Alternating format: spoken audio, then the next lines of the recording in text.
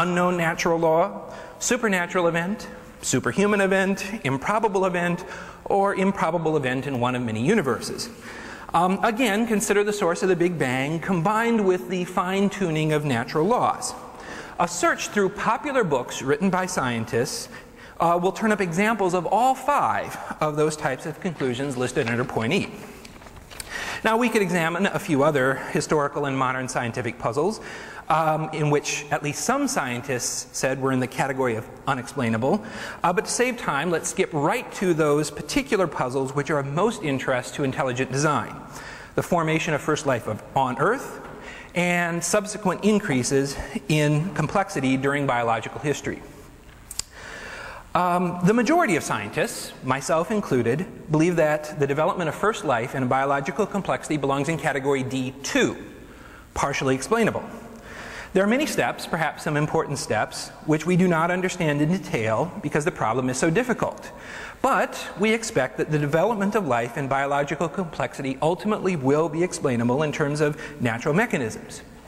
However, there are some who say that the formation of first life in particular belongs in category D3, unexplainable in terms of known natural laws. And again, if you look through the popular literature, you'll show all of E1 through E5 have been advocated by some people to explain the formation of first life on Earth.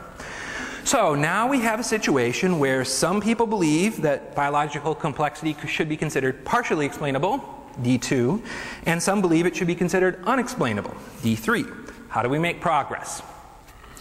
Well, we make progress the way we always do in science. We try and construct models for the phenomenon using known natural mechanisms.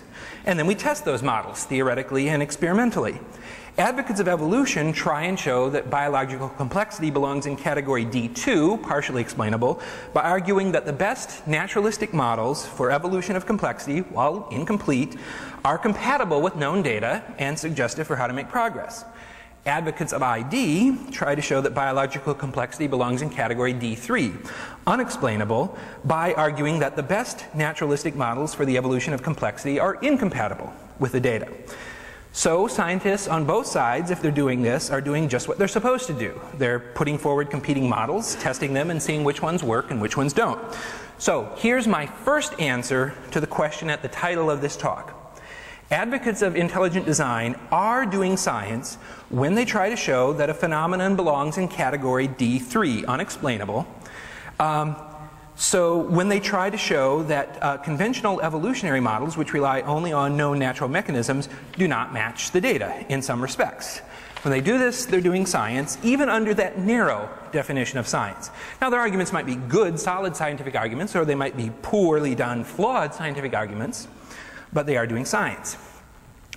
Now, whenever someone, like advocates of ID, make an argument that something is unexplainable in terms of known natural mechanisms, they face a special challenge of being as thorough as possible in accounting for known natural mechanisms. And failure to be thorough is one of the easiest ways to make flawed scientific arguments. Here's one example. We could imagine a warm pond of water with some simple molecules dissolved in it at various concentrations, and then calculate the probability that the right molecules will just randomly collide together all at once to spontaneously form a living cell. Well, the probability of that happening is extremely low. Now, if we conclude on the basis of that model that first life probably did not form on Earth via that mechanism, that's a solid scientific conclusion. But if we can conclude on the basis of that calculation that first life probably didn't form on Earth via any natural mechanisms, that's a flawed scientific conclusion. Scientists who are researching the origin of life long ago rejected that model for the formation of life. They have other natural mechanisms in mind. And if you're going to attempt a meaningful probability calculation, you have to study those other natural mechanisms. Let's take another example. The simplest version of biological evolution, and this is the way it's typically presented in the popular media, is something like this. Each gene produces a single protein. Each protein has a single function in the cell. The only kinds of mutations are point mutations, and the only way in which a mutation can be fixed in a population is through natural selection. Now, we can build a mathematical model of evolution using just that limited set of mechanisms, and we can calculate under those conditions that evolution of certain kinds of biological complexity is extremely improbable. So, on the basis of this model, a solid scientific conclusion would be that biological complexity probably didn't evolve via that limited set of mechanisms. A flawed scientific conclusion would be to claim on the basis of the model I just described that this model proves that biological complexity cannot evolve at all. We know that biological evolution is a lot more complicated than the simple model I just presented. A more thorough model of evolution would include an accounting for all the natural mechanisms I list under point F2 on your handout, plus other mechanisms I haven't listed. Biology is complicated. There are lots of natural mechanisms to consider, and we don't fully understand many of them. So, given how much we have yet to learn about the mechanisms of evolution, it seems to me that two limited types of conclusions are accessible to advocates of ID. The first type would be, on the basis of scientific models with well-defined assumptions, we can rule out certain limited sets of natural mechanisms as being adequate by themselves to account for biological complexity. Any evolutionary account will need to make use of additional natural mechanisms that aren't included in the initial models. Now, on your handout, I gave a recently published example where I think the authors did a good job of specifying their models and their assumptions at the outset of the paper and reached that sort of limited conclusion. There is a second type of conclusion I think an advocate of ID could say that would be defensible. It seems to me, that is, it is my scientific intuition, that once all natural mechanisms are accounted for in detail, we will be able to show that first life and certain kinds of biological complexity are truly unexplainable in terms of all known natural mechanisms. We can't prove it right now, but I believe that's where the data is pointing. Now, these are conservative claims, but given the state of our knowledge of biology, it seems unwise for advocates of ID to claim that the current scientific evidence warrants anything stronger than that. But also note that advocates of evolution also need to make similar restrained conclusions. One type of conclusion which an advocate of evolution could reach is, using known natural mechanisms, we can construct plausible models for certain specific examples of biological complexity.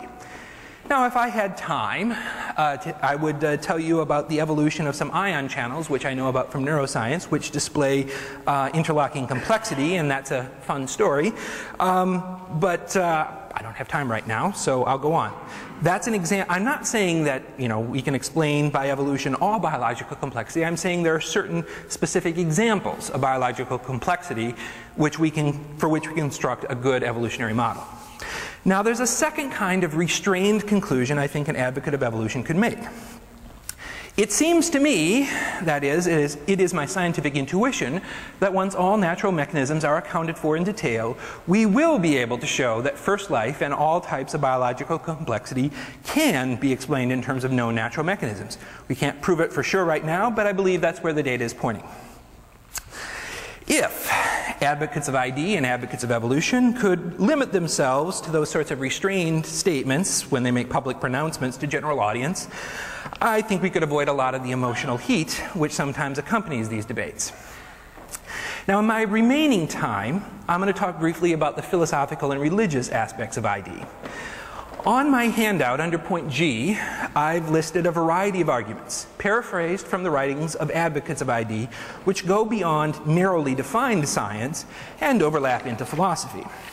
Now, I think some of those arguments are good. For example, I think G1 is generally true, and while not a rigorous proof, I think it adds weight to ID arguments. Similarly, I agree with statement G2, which says that supernatural planning seems to be the strongest explanation for the fine-tuning of natural laws, and I don't have time to give you all my reasons for that now. I do disagree, however, with argument G3.